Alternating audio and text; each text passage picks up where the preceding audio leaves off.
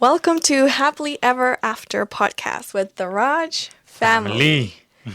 So today we have an exciting topic. I know it's exciting, especially for my husband and for many guys out there. Can you guess what it could be? So it is about food. So we're going to be talking about cultural and interracial marriages, relationships, and especially the cuisine. What's the difference? How do you blend? How is that blending like? So I'm going to start by asking you, honey, how was it growing up? The type of food and the traditions you had in your home when it came to food and cuisines and those type of things.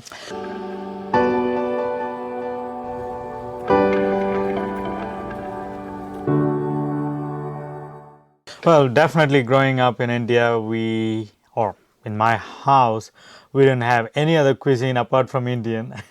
We just had the regulars like sambar, rasam, and biryani and all of that. We had the regular stuff, but we definitely did not try anything outside Indian cuisine. Especially, we didn't have that many items that you could buy during that time in the 90s and 80s and all of that. So, yeah, growing up, it was solely Indian food.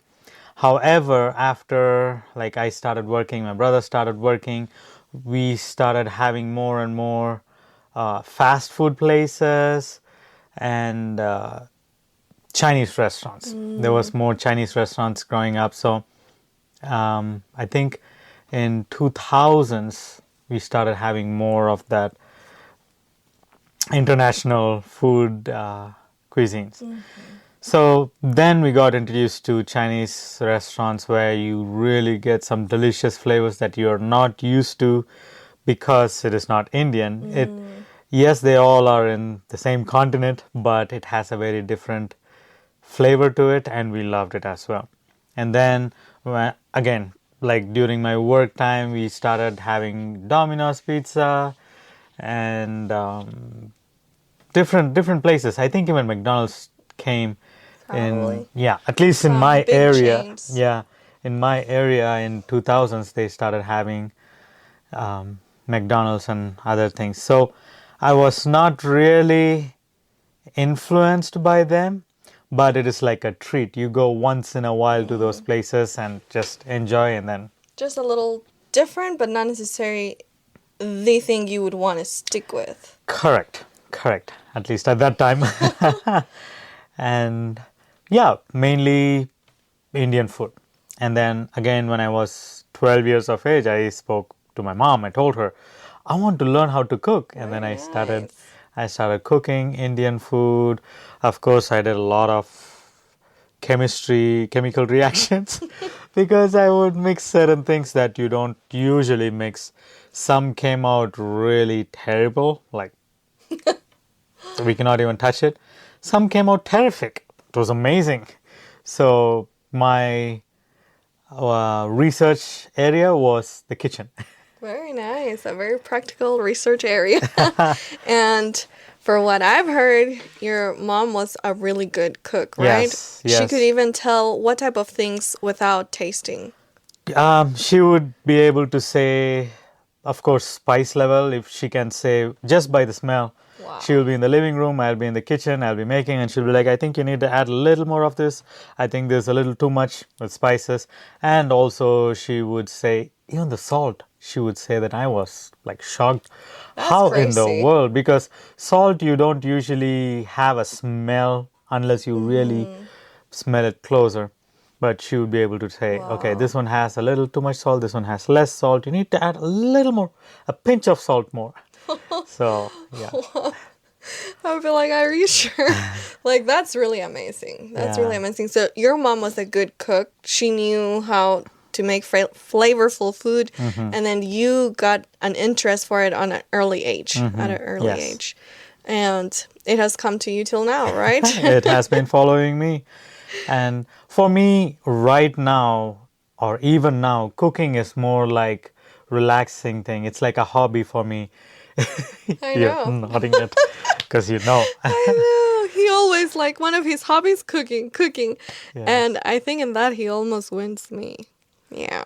Well, For sure. I haven't really added as a hobby. I like to cook good food and yeah, to be healthy, but I'm not sure if I would put it on a hobby list. well, I don't know. As I said, like from 12 years of age, I was really curious. Why should only this go into that? Why not this? Different ingredients. So one of this, a dish, it is called sambar, lentil soup. You usually don't add meat. At least in southern part of India, they don't add meat to it. You make a separate meat dish and eat as a side dish with sambar and rice. But once I went and I bought beef. It's a beef masala. It's kind of like semi-thick sauce. And one time I was thinking, there is a leftover of this one and there is a leftover of this one. There is beef and sambar. Why shouldn't I mix it? How was it? For me, I enjoyed it. My brother was confused, like, is it vegetarian or not? That's funny. Because I feel like I'm going somewhere, but it's not letting me go there because that is how my brother explained to me. And then my brother was like, why would you do such a thing? But I enjoyed it. And so those are some things that I did, which I have not seen usually done. And there are other disasters that have happened. Once I made biryani when I was a young kid. I would say maybe 15, 16. I made biryani. My brother was like, this tastes like pongal. Pongal is rice and a different type of lentils. It's in biryani, you don't put any type of lentil in it. Why is this tasting like this? I thought it was biryani. But I was still in the learning phase and all of that. So that's how it was. Unfortunately, my mom and my brother had to go through my experiment, and now you're going through those. Well, now I'm getting the best part because a lot has been experimented already. So you're getting the better of the best. experiments. Well, that's really amazing.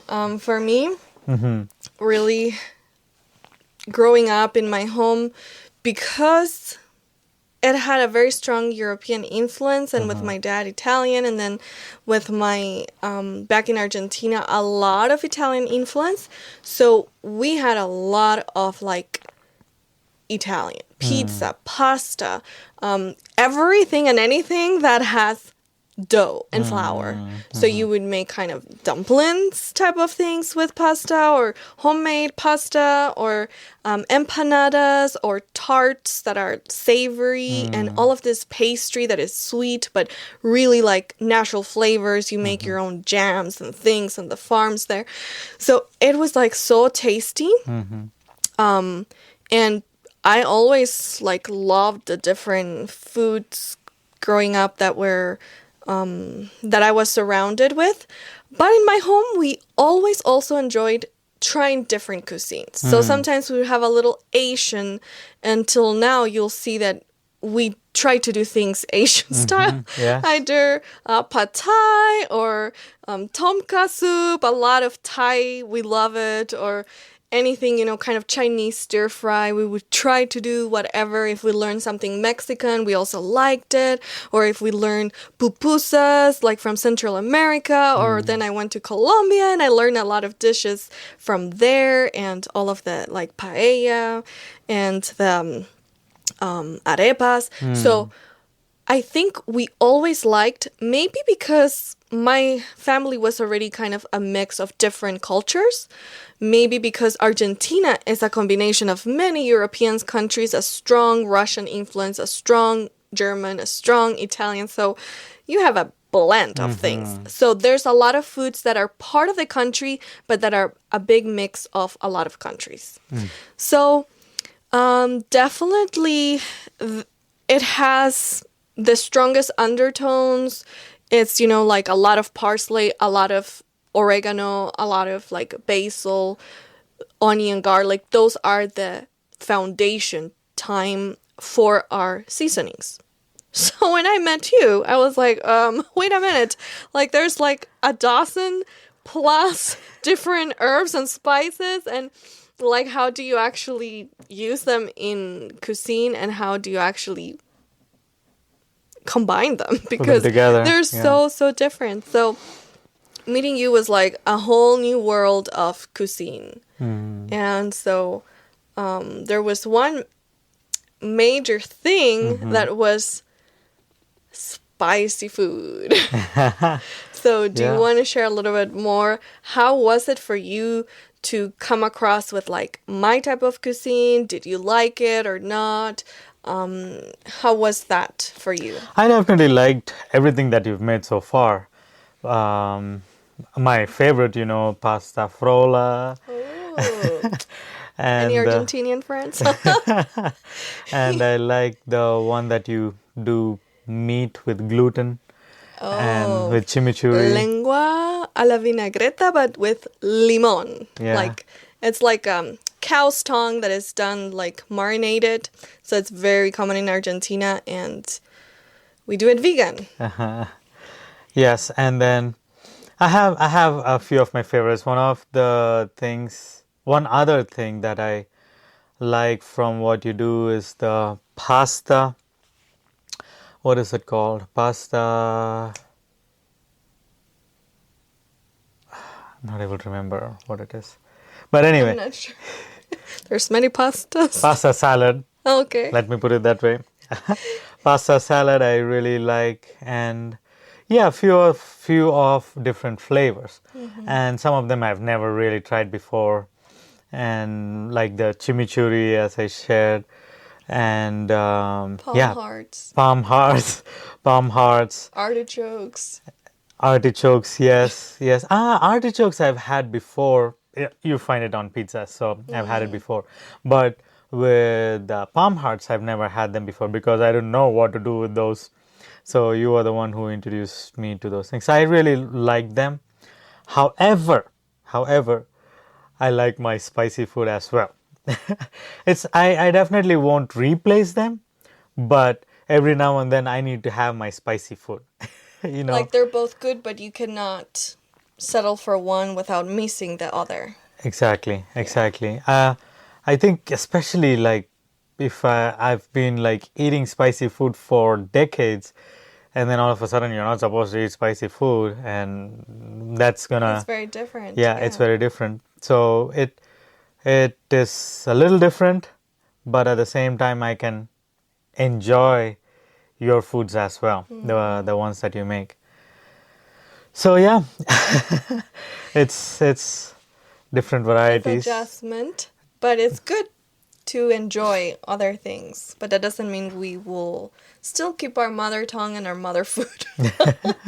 But for me, we like sometimes spicy things at home. We thought they were spicy, but they're, I think, like minus zero spice level to an Indian or other. But some Mexican food has spiciness. Some other cuisines require a little bit of cayenne or something, and my mom and I especially, we really enjoyed it. Just a little bit, like that kick Yeah, in yeah, here yeah, and yeah. there is like it adds to a soup or to whatever beans.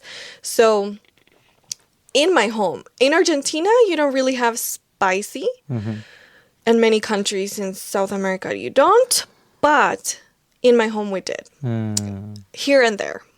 But when I met you, that was like, oh, wait a minute, this is really a lot more. And one of the main things, I think the spice level, because I also enjoy a lot of the Indian food, is like other flavors, this cinnamon and clove, and like, it's like your brain is trying to record new flavors. It's like everything new compared to other countries. Yeah. And then it was eating with my hands. Like that for me was like, whoa, that's different.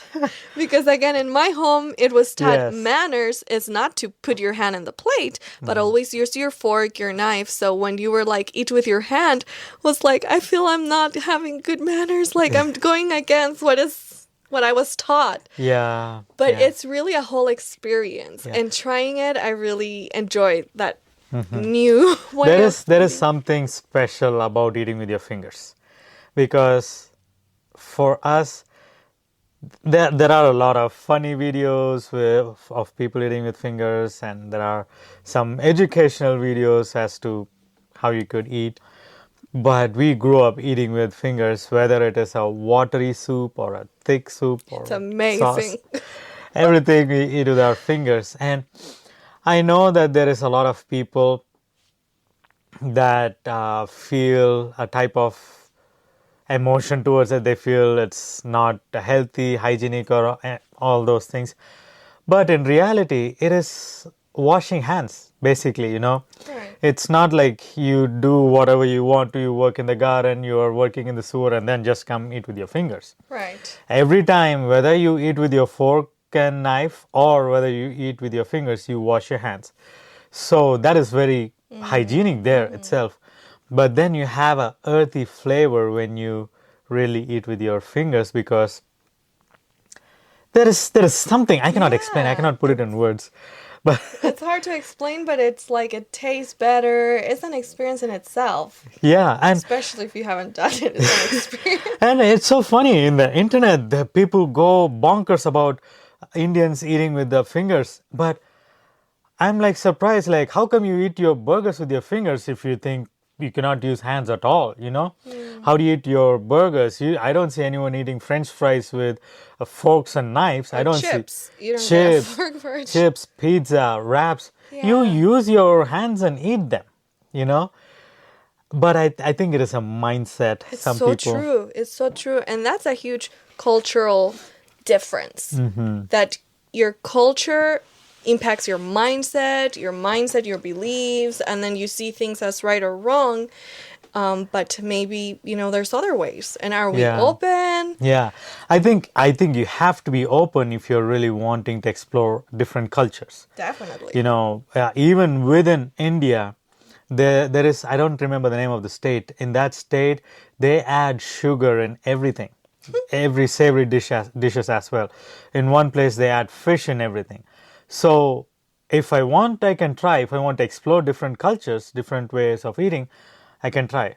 Or I can stick to my culture and say, hey, you know what, I'm not interested in learning it. Either way, it is fine. But I think without knowing what we are doing, people just blindly making statements that, oh, they're so unhygienic, makes it kind of like you don't know what other cultures are, or how they function, you know. So true, so true. And I guess, there's different types of etiquettes in different countries. For some, yeah. wearing shoes into a building is good. For others, it might be disrespectful. Exactly. So, wow. It's Yeah. like we really need to get outside our box if we Yeah. want to connect with the world. Exactly. Basically. And I remember one of the first times we all went out, your brother was like, well, finally I get an opportunity to eat with my fingers. You remember? Because you were raised not to eat with fingers. Yeah, and but- he always liked to use his hands. So I guess we were born with some Indian genes in there. Yeah. So, and And the other thing also, the differences we had is sweet breakfast versus savory breakfast. How were you raised with that? so definitely in Argentina, you barely have breakfast. That's Really? kind of the traditional, like in general, because people wake up and then they just have like a little donut or a little bread and a coffee. That's a typical breakfast. And then you run to work, then you come, you have a decent lunch. There's siesta, which that's another whole topic, but you rest after lunch many times. In small towns, stores close, everything, then you go back to work, and then you leave work at 9, 10 p.m. Or 8, depending the place. And then you come back home, and that's the biggest meal. It's dinner time, and it's like 10, 11 p.m., and you're going to be eating in a bigger meal. That's traditionally the meals in Argentina. In my home, we had bigger breakfast and a good lunch. Lunch was not a small meal, but a decent meal, and a supper, a little lighter because you're ending the day, so not necessarily you need so big. And we had a different schedule and kind of our own family culture when it came to the meals. But it's generally sweet. Generally sweet, like a type of porridge, cereal. And I think, again, that might be a little European. I'm not sure exactly what my dad grew up with, honestly, like regarding his breakfast. But I know my mom always like have a cereal, have bread, breakfast, lunch, and supper. Like that's the main, is like, what would it be? Rice. Rice. Rice Okay. in different forms, different shapes. Yeah, It's rice, okay. breakfast, lunch, and supper. That's bread. Bread. In every single meal is like you accompany every meal with bread. Spreads, toppings, and then you have your cereal or your like, different porridges or sweet things that you eat. But didn't your brother like more savory though for Well, breakfast? he did. He did because actually both my brother and myself, we never were like sweet tooth type of people. We liked more savory over sweet just because some people are more into sweet, some others more into savory. But he was a notch higher that he liked savory with the breakfast. But I felt my stomach was not awakened enough to handle savory, so sweet was more like a mild thing for me. So that was just preference, but it's not cultural. I guess it's just Yeah. Well, that in that wise, your brother and I match as well because waking up, you have to have a savory breakfast. I remember I had a hard time when I came to the US, and in the school they give you sweet breakfast, and for the first 4 or 5 days it was fine because it's all new. I've never had granola before, having granola, or I've had oatmeal before, so I know how it is, porridge of that. And after the first week I was really struggling because there is no savory food, and I grew up eating savory breakfast every day. that And can be tough. It's the opposite for me. yeah, and thankfully there were people that were working in the kitchen. They were like, okay, we will accommodate a little bit more. And now in that school, you see they have both savory and sweet breakfast. So because it is not just an American school, it's like multicultural school. So it's an international school, so they have to try to accommodate for everyone. flexible. Yeah, be a little flexible. So how is it with our family? How do you see it now that we are married? Or how do you see it with sweet breakfast versus savory breakfast? How do you see it? Well, how I see it is that we have to accommodate both. So sometimes we have more savory stuff and a blend many times because I can do a little bit of savory, but too much savory is like my stomach shrinks, and the same happens to you with sweet. Yeah. So if we do, let's say, pancakes, we enjoy it, but then we'll have some, sausage or tofu, scramble, things that are a little savory too. And if it's mild savory, I also enjoy the blend of the two. If it's very savory, I'll let you enjoy. And then, so if there's leftover for lunch or a savory meal, or if not, we cook something savory. And dosa, though, is my favorite breakfast for me. Right. With like the chutney. yes. Just so coconut you know, chutney. people, that was one of the first dishes I made for my wife. At that time, she was not my wife. I was trying to impress her to make her my girlfriend. And that was the first dish I tried eating with my hands, and it was so delicious. That's like the perfect in between. Not too salty as in savory, but not too sweet. So it was delicious. So I have been trying to learn to cook Indian dishes. The challenge has been that sometimes the recipes, they cook in a different way. So I know how to follow recipe, but these are guidelines. But sometimes you need to know more experiential time with cooking Indian food to actually know how to cook it. So I've been frustrated with recipes and people giving me recipes that do not come at all like it's written. So then I'm like, how in the world can I learn this? But I found a website that gave simple Indian recipes, and even his friends thought that it was like authentic. Authentic Indian made. They actually So- thought I made it. I said, nope, my wife made it. So I was so grateful for people that simplify things and still can taste like authentic. So that's my goal. What's the name of the website? Maybe people would like to check it out as well. Holy cow. Holy cow. Happy cow. No, I think it's Holy cow? yeah. All right. Well, I can check it out. No. It's okay. It's okay. We'll write in the Yes, description. we'll put it in the description make because sure. she's the one who knows. I don't know. I was just thinking Happy Cow is actually an app. So I think it's It's holy for the- cow. vegans probably what she said is right. But anyway, so we have come to a wrap for this episode. But we would like to know what type of differences do you have? Do you prefer sweet breakfast or savory breakfast? Do you like spicy food or just savory food? And what are your favorites? Have you ever tried Indian or Argentinian dishes? What is your favorite? Yeah, From those. basically. And which culture do you come from? Basically, what is your cuisine all about? We would like to know. And we have been working on a cookbook together. Yes. Soon it will be out. We'll link it in the description when it's out so you can Yes. actually get it. But it's in the works. Yes, it's in the works and we've got to go. So until we meet again, it is bye from Martin and Debbie. We are the Raj family from Happily Ever After.